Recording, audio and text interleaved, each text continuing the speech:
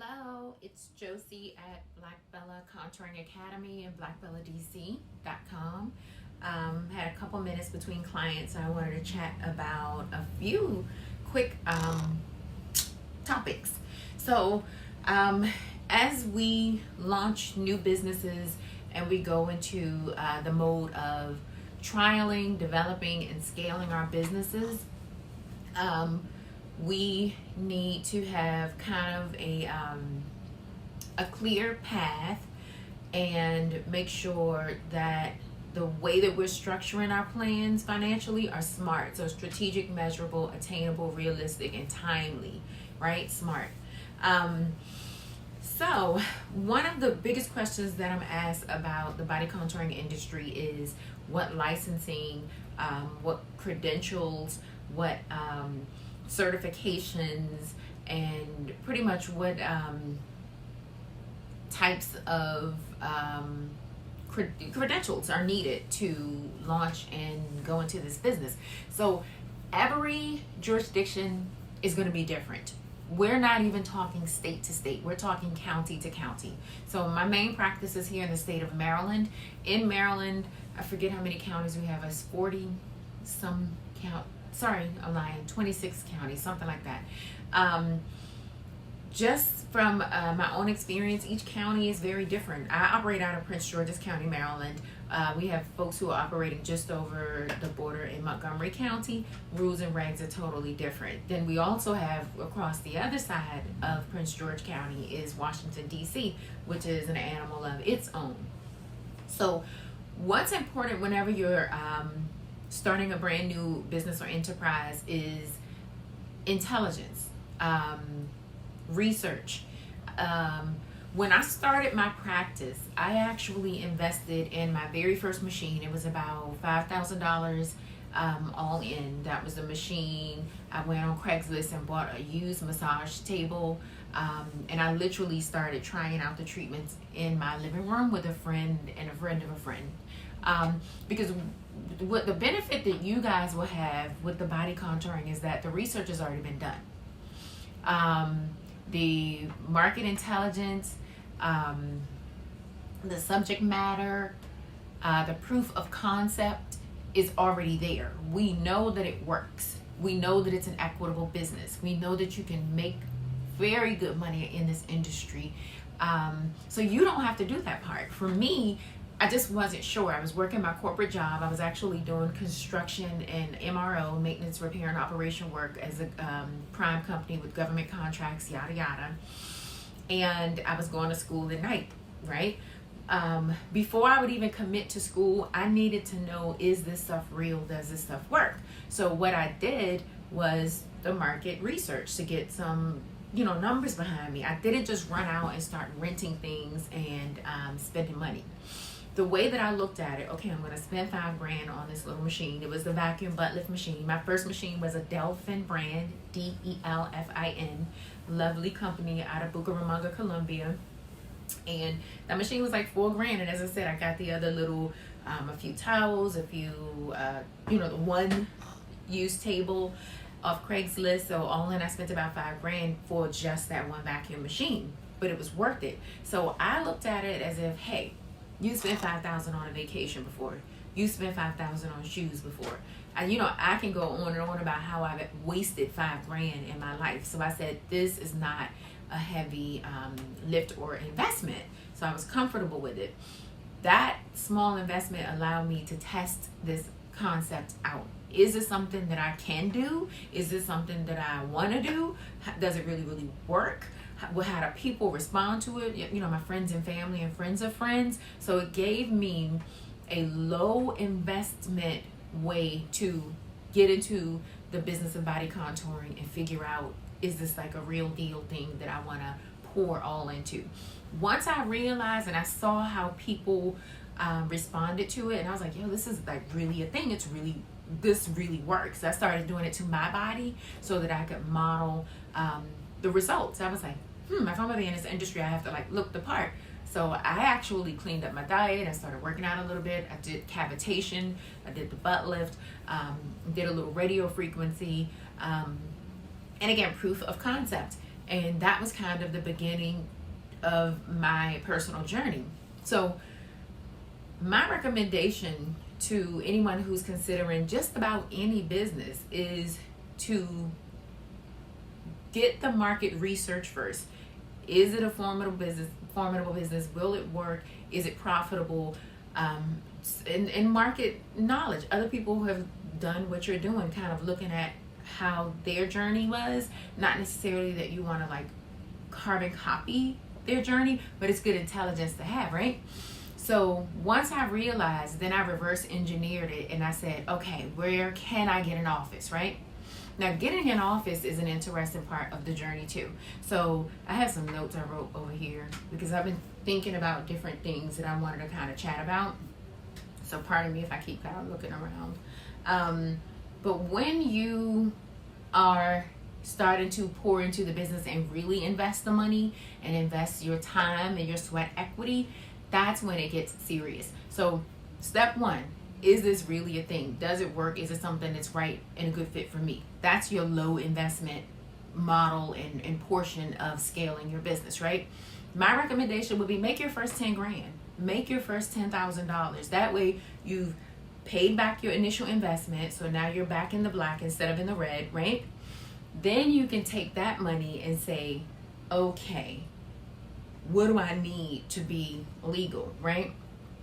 That's the time where you go out and you figure out where you can afford to get an office space. Now, when I got my first space, I literally had a one room. I think it was like 400 and some square feet.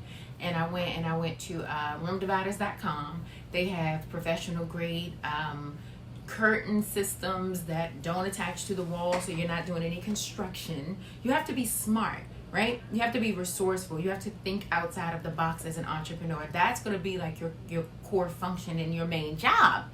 Everything is not given to you. You can't go to one source to get everything unless you want to pay for it, right? Because you can get a consultant and they'll do all the research and legwork for you, but is your bank account built like that, right?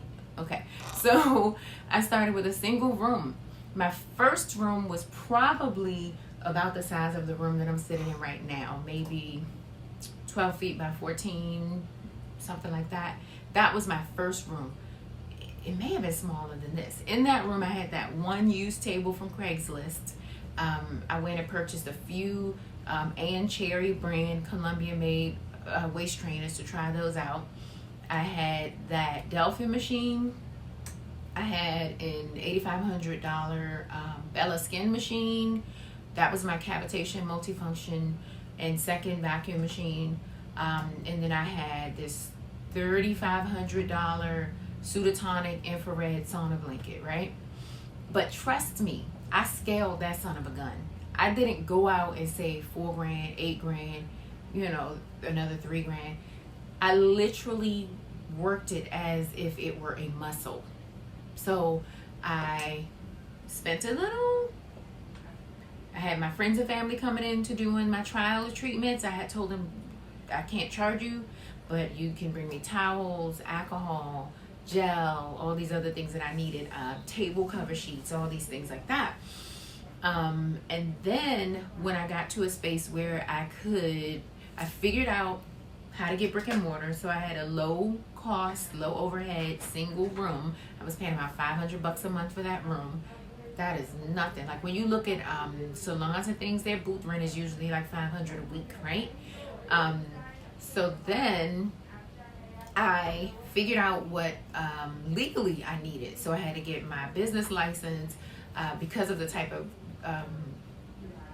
what would you call it, like a shared space rental situation that I was in. I didn't need a C of O, certificate of occupancy, because my landlord had that covered within that one unit for those small business office spaces. So that was great. I also sought out a space where my utilities weren't included. They offered free Wi-Fi. That was amazing. So all I needed was like a little security camera to keep access and cover my like main entry for loss prevention sake. And I was up and running. And then I went and got my resale license. So that will cover the garments and the items and the merchandise that I was selling. So originally, the merchandise was how I was bringing in the income on the books, right?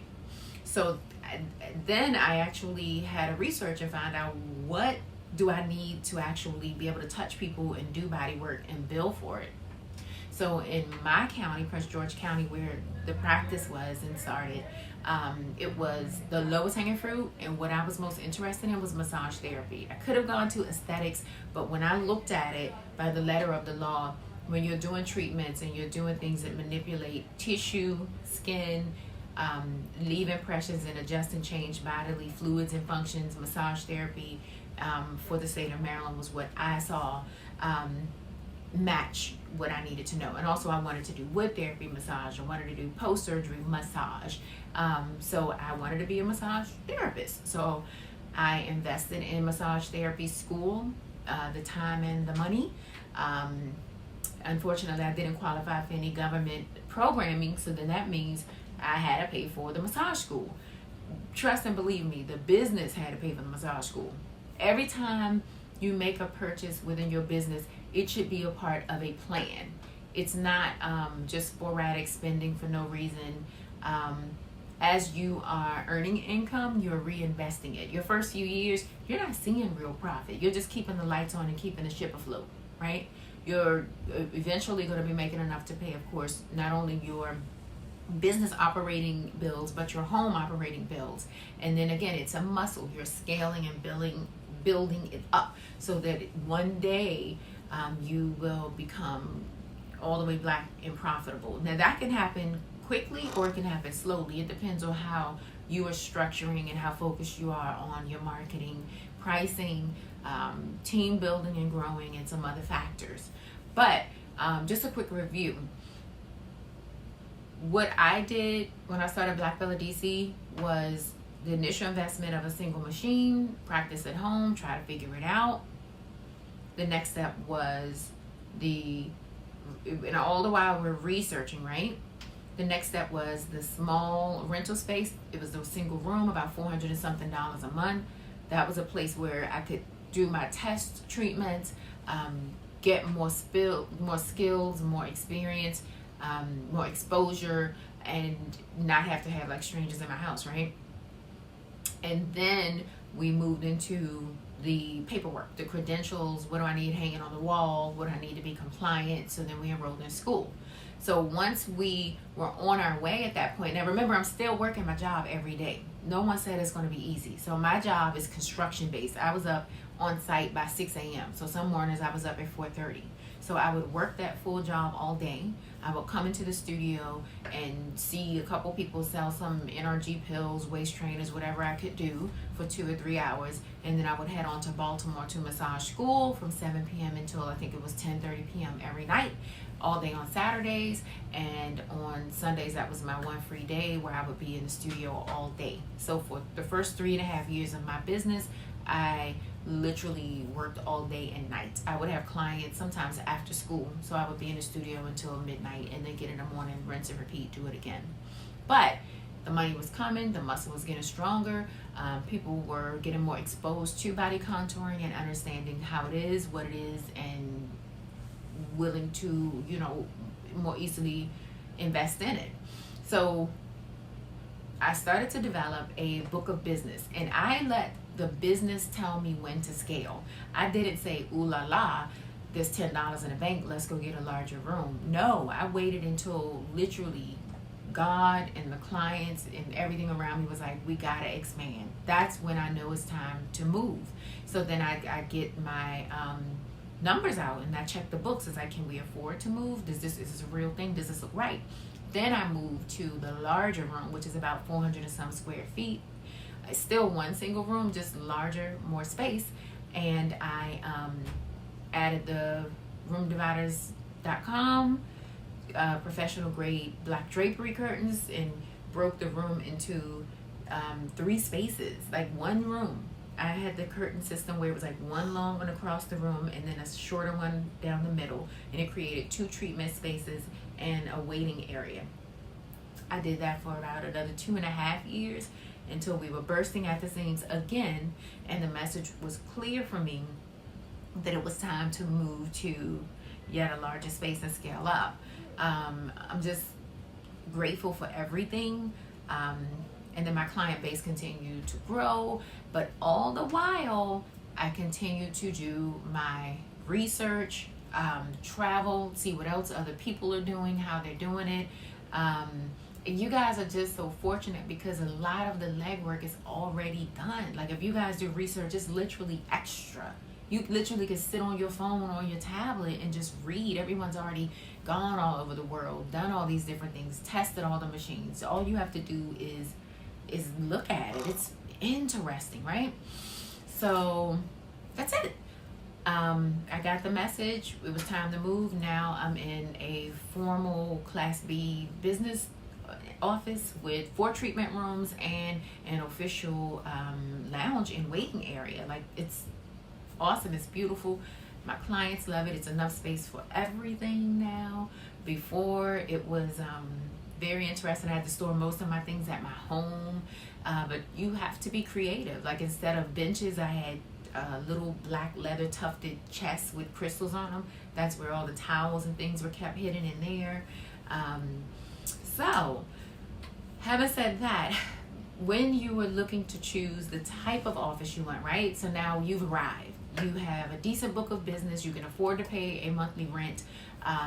These are the things that you consider when you're looking for the big office. And even the smaller office, when you're looking for brick and mortar for your business, you need to decide what type of marketing you will have, right? Do you want a storefront business where you are pulling clients from the road, where you can have signage and things like that? Or do you want to be neatly tucked away in an area where it's quiet? Maybe your clients can sit out with bistro tables and have a tea or kombucha in between treatments. Or do you want to attach yourself to an existing anchor business like a gymnasium or a CrossFit studio or another salon or something of that sort? Now, a lot of this is going to depend on you, because as the business owner, you need to keep your funnel of clients refreshed and always consider your clients, who your clients are, where you are. Are you in an area where it's foot traffic and walkable and people bike, or are you in an area where your clients will need parking? That's going to be one of the big things that tells you where you are choosing your office space. Also, for me, I work by appointment only. So I don't want foot traffic. Myself and my practitioners come in. We have a very clean and concise scheduling process.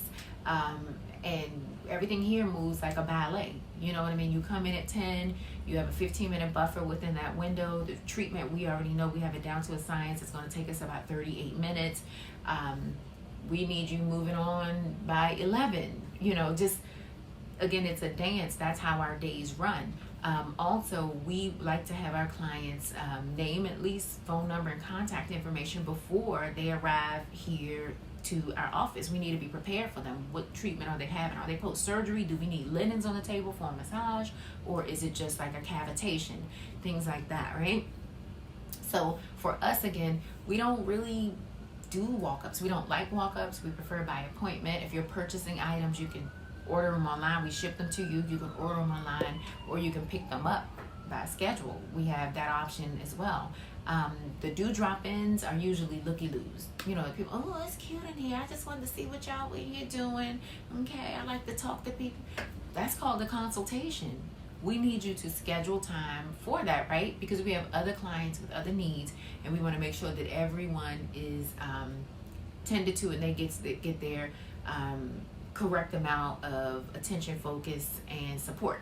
So, yeah, so when you are looking for a space, for me, street traffic meant nothing. And in fact, I don't want to be on the street. I don't want people to see the pink and black Bella lady. And they're like, I just wanted to see what was going on. So my sisters and us, we just came up.